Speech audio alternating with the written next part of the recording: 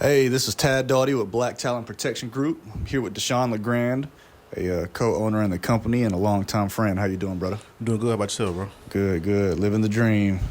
Can you tell the listeners who you are, what branch of military you served in, where you served in combat, stuff like that? All right. Again, my name is Deshaun LeGrand with Black Talon Protection Group. I served in the United States Air Force for 4 years, security forces. I deployed to Balad, Iraq, and Bagram, Afghanistan. How long were you there? About 6 months each, Okay. 6 to 7 months each deployment. For the listeners, Deshaun and I have known each other since we were about 14 years old. Went to the same high school. 2008. Did some dancing in clubs and some bouncing around neighborhoods. Before he popped out. What point did you decide to go into the military? I think it was like the end of my junior year. That's when I decided, man, because Oh, so you knew before high school was over. yeah, a lot of too much stuff was going on at home. We definitely I had was a lot trying to, going on. get away. So that's what made me do it, man. To all that stuff going on at home, just trying to get away from it. Right. So right after high school, you went straight into boot camp, huh? No, it was. So we graduated May 24th, 2008. So I think I went like March 2009. Okay. So almost about a year. Took me about a year before I left out. All right. Cool. What would you say the most important thing you learned in the military was before you actually deployed and got into it? Something you didn't know. Something you actually learned from your training. I had to work on my people skills. That was one thing. Because I already, like, coming from where we come from, I always was like vigilant, you know what I'm saying? Or, aware of what's going on. Facts. So just, reading people more. That's one thing the military taught me. Like reading people more, reading the situation a little bit better. Right. Yeah, I mean, being out and about ain't like Albany, so the people are different, the situations are different. It's totally different. Yeah, I definitely Totally get it. And how old were you when you deployed? My first deployment, I went. I'm sure I was 20. 20. Yeah, I was 20. What were you feeling like when you found out you were about to have to get out of here and head over to the sandbox? I mean, I was kind of nervous at first. I was nervous, going somewhere I never, been before. Right. That was like my first time going out the country. Right, at all. At all. Man, so now you got to go fight. like, I'm going all the way over here to, Iraq. So it was kind of tough at first, but I had a good, group around me at that time. So that's kind of the crazy easy. part about all this is that you got to, a lot of people where we come from, they either go, to jail or they went to the military. Yeah. So like a lot of people that we grew up with, they did the military thing. Mm-hmm. They got deployed. Our partner Desmond, he got deployed. Mm-hmm. It's crazy to think about how many people went to school with actually deployed. So, that's kind of crazy to think about too. Now looking back, that you weren't all alone. It was actually like a whole bunch of people you knew was going to the same region. And the thing about it, man, you never know how many people, went to the military till like after you got into the military. Yeah, exactly. So I'm seeing people like, man, what you doing here, man? Like, so it was a lot. It was a lot of people went. Take us through your first day. Like, as soon as you get to your base overseas, what's going on? What's your first day like? So first day, you pretty much just getting in, checking in, and processing to the base, and just pretty much just looking around, just saying, nothing but tall fences and Facts. barbed wire and CY and bunkers everywhere, sand. Right, Cows looking like everywhere, jail dunking. guns. Yeah, like it was just like, man, what is this, man? Then it's like, some people were staying in tents, but we went straight to our little, huts or whatever I choose. Right. So little 2-man choose and stuff like that, and it was just pretty much like just trying to soak in, the whole area, the surroundings of what's going on, like getting acclimated to it. I was gonna say, so how did that bounce through your head? Like, was it full anxiety? Was it fear? Was it just lost? You know what I mean? Nah, because I always been, good, at adapting to, different situations. Yeah, you've always been good under pressure. I'd have been good at, doing that stuff everywhere I'd have been. So it's like, I wasn't like too much nervous. It was just like, all right, this is new. So I just got to get used to it for the most part. All right, I'm gonna dive just a little bit deeper into it, and like I told you beforehand, feel free to just tell me, nah, skip it if there's anything we're talking Nah, about for that sure, you're just for not sure. you're not feeling that. But what was your mental like during that situation? Like, knowing you were about to be in a position where you might have to shoot at somebody. Obviously, from where we're from, we saw guns, all the time. And like, again, that was a whole different situation when you're at a club, it's 2 a.m. and everybody's drunk. Yeah. But now you're, representing the United States against an enemy you've never even looked at before, much less met.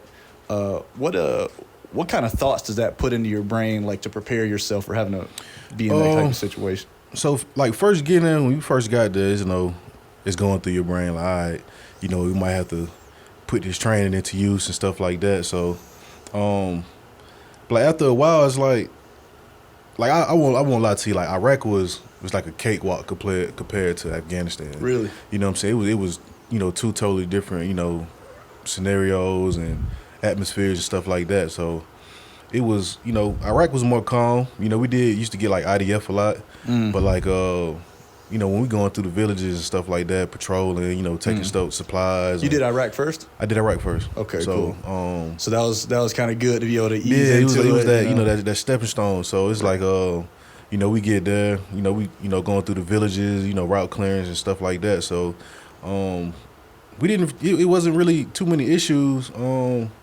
We had like certain little situations here and there, but it was mostly like a smooth deployment. It was really nothing going on, except like receiving IDF and stuff like that. But as far as like the locals and stuff like that, man, like they kind of made it easy. They helped us out. I know some people, they kind of let their guard down, but you always got to have your guard up, Right. at all times, even though it is, pretty much a lax situation. Right, so, even when you're comfortable, you gotta stay still dangerous. You still got to keep it up, keep your awareness up. But like Afghanistan, it was just shit. Excuse me, but Nah, don't worry about that. as soon as we landed, Afghanistan, it was up. Oh, You yeah? know what I'm saying? Like, Take us through that. What was your first day like when you? Well, I say first day, but what was your first experience like in Afghanistan where you were like, man, this is not Iraq? man, it was just, man, like I don't want to disrespect them, but it was like a big dumpster, bro. Like Facts. Afghanistan, just looking at it like, man, like what is this, man? But like they got some beautiful mountains and stuff though, because we was like the base I was at, it was like down below, like the base of the mountain. So, Right. When it snowed and stuff like that, it's beautiful. Right. But like, besides that, they didn't really take care of the country, and I don't, it's a lot that contributed to that. But Right. it was just looking at the country, like flying in, like, dang, like what is this, man? Like, it really was different. And Right. then getting there, like my first month or so, I think we lived in tents. So we had to get used to that. Yeah, he had to and then stay in the dirt.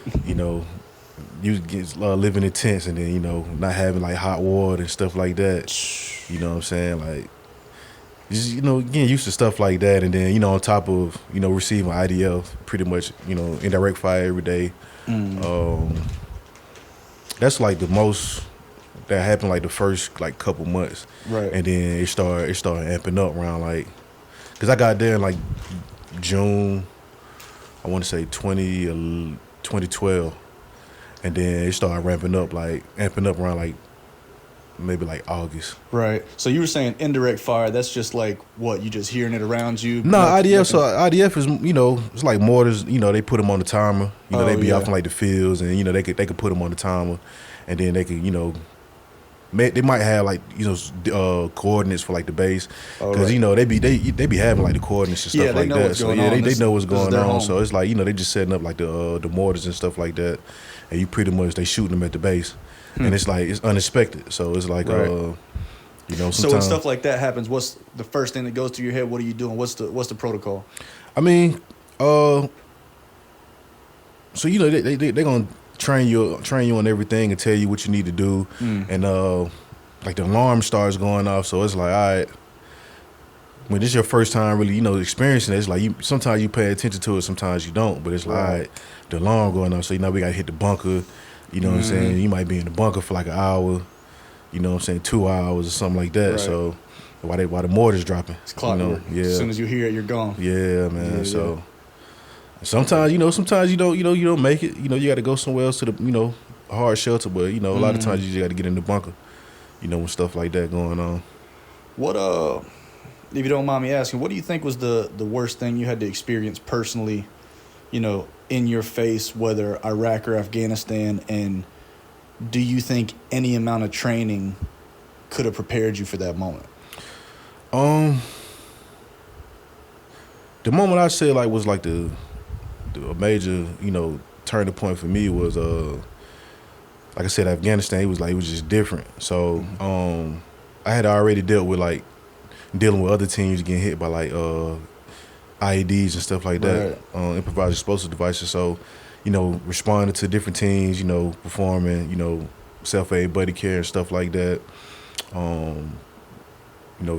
Transferring vehicles, towing vehicles and stuff like that, helping them out. But as far as it didn't really hit me until my team got hit. Right. And then it was different when it's you. Yeah, it was different because we got a 15, 18 man squad, right. Whatever, and it's you got five, one of your trucks get hit, you got 5 people now that's out of it. Right. So it's your team is cut down now. So it's now you got everything. Yeah, it changes everything. And then some people do they kind of they let it get to them.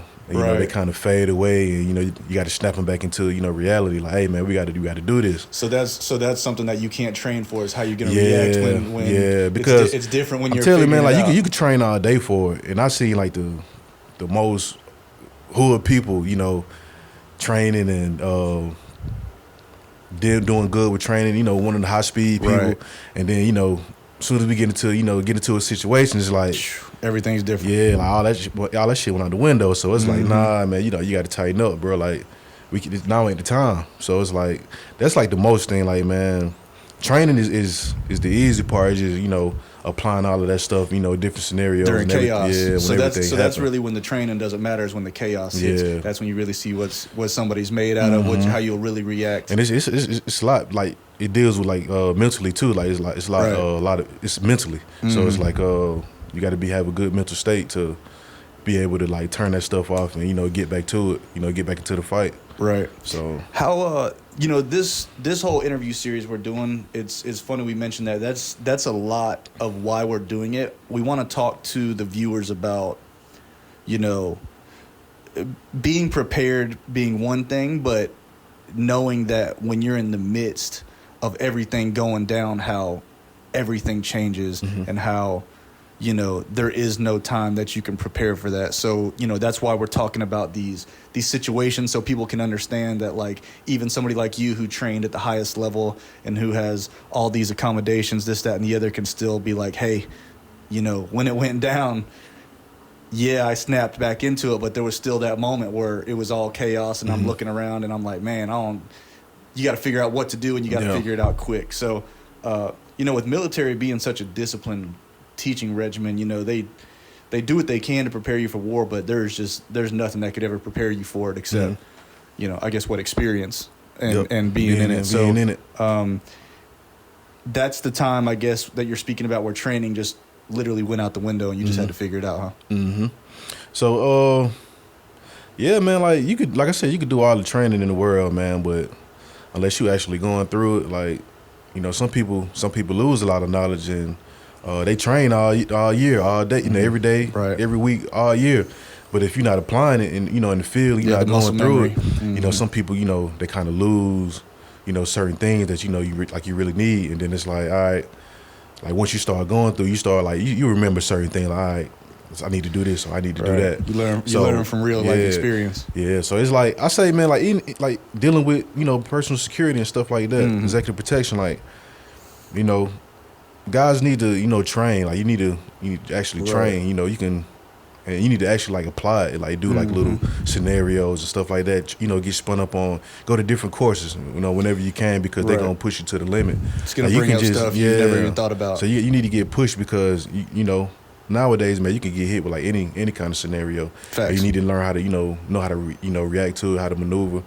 So that's one thing I suggest is get more hands-on training. Don't just say you're security, but Right. get out there and apply it and Right, because I mean, do some training. even ex-military guys, like they had their time in Iraq or Afghanistan, but protecting people in the U.S. is still a whole different thing. Just because people aren't aren't living in the dirt or in the squalor, they're still it's still like that here too. So saying you're prepared just because you were in the military, it means nothing because you're not necessarily prepared. Yeah, but another thing too, a lot of people, man, just because you were in the military don't mean you did something. Because there's a lot of people that's in the military that really don't do anything. Right. Because the military is basically like it's civilian life, but it's just you in the military. So you got everything. You got your firefighters and doctors and lawyers and media personnel and you got everything. So it's like the only universal is boot camp. Yeah. Right. So it's like once after that, it's like everybody don't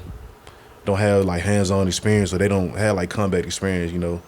So it's like just because you're in the military don't mean right. You could you're ready for it. You're ready for it, and you could just I could just go out here and perform. Like nah. So let me ask you this. So, like you said, Iraq. I mean, none of it was a cakewalk, but it was way easier than Afghanistan. You say, and then let's take it down to your last day in Afghanistan. Right, you're finally making it home. I'm assuming big smile on your face. Yeah. You're ready to get back to cheeseburgers and beers. You know what I mean? Back to what you like. What would you say is probably the most significant change to who you are as a person because of being there and being in those situations? That's that question again. So, leaving that type of situation, right? Okay. And coming back to your home, what do you think your biggest change as a person was, right? Whether it be your your personality or how you look at things or even how you do things. I'd say it made it kind of like hard to adjust at first because, like I said, after Afghanistan, just pretty much, dealing with people that didn't really care. Right. So it's like I'm going for dealing with people that really don't care. So it's like now I'm going back to this element. So it's like I gotta kind of turn it off because I don't want to tie these people into to the same situation. Right. So you don't want to have the same type of so it was more like. It was more like a mental adjustment at first, like, getting back adjusted to people, this environment. That was like a challenge that I had to really deal with at first. Right. What with everything going the way it did during your deployments, if you could go back and turn it all off and never go into the military, would you do it? No. Yeah. I probably would still do it, man. I still do it because I had a good time. Like I said, the military, I know a lot of people hate it. I had my times where I hated it as well. Right. Didn't want to be there. Nothing's perfect. Yeah, man, but I will say, like, I learned a lot of things. I did a lot of training. A lot of stuff that, people you never get to do. So right. Been a lot of places people would never be able to see. And like once I, started doing, certain training and special training and stuff like that, like my skills just elevated. What kind of special trainings have you done since? Like I know I know, but for the listeners, what kind of qualifications and classes and licenses isn't the right word, but certifications, I guess, have you done on your own or in conjunction with what you do? Just advanced designated marksman. That's like a level of they call it CPEC, sniper school. So that's like one of my certifications that I have. Special reaction team. It's like a executive protection / like SWAT team / beyond the military, right? Yeah, QRF. But it's you could use that anywhere. Right. So it's like that's what helps me with a lot of my contracts, my government contracts that I get. Right. You know what I'm saying? Like my private contracts. Let's speak on that because that's what you do now, right? Mostly security government contracts, overseas. Right? What would you say your favorite one you've done so far was? Going back to Iraq. I worked in Iraq for like 4.5 years. Nice. So that was like I went back to the base I actually deployed to. That was my first deployment. Mm-hmm. So I went back there to work after I got out, and that was my favorite one, man. It was just like a group of people because I ended up getting a lot of my friends on. Right. They was qualified for it, so I brought them on, and it was just like it was a job. I like the job, the atmosphere. the lead rotation we had was excellent. Like the money was good. You know what I'm saying? So right. Got to have the money. Yeah, man. Yeah. Okay.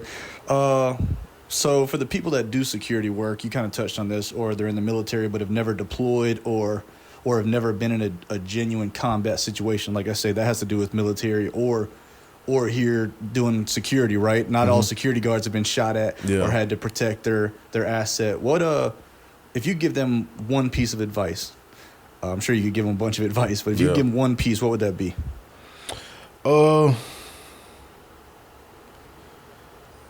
I said just train, man. Like just train and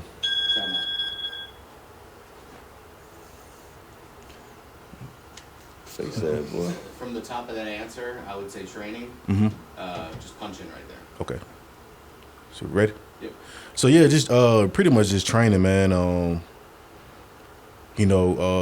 Be put in like different, scenarios and stuff like that, because like doing like executive protection, especially like nowadays, everybody just think you need to be, big and walking around. Man, like that don't mean anything, bro. Like, so here at Black Talon Protection Group, we call that big for nothing. Yeah. So you need like it's other stuff like hand-to-hand combat you need to work on. Go to the range. Right. Tactical driving classes, courses like that.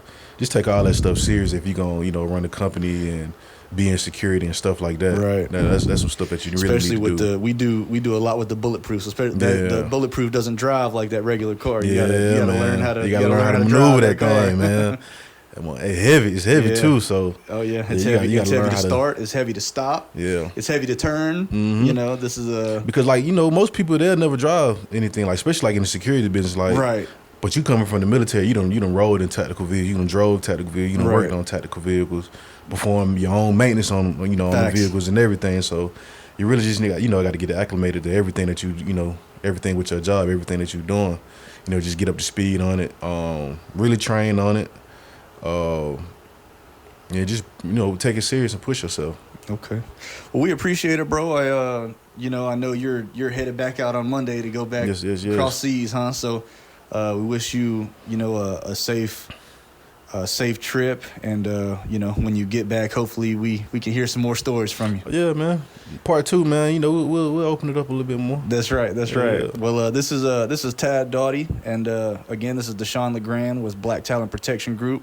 We appreciate you guys joining, and we'll see you next time. Yep.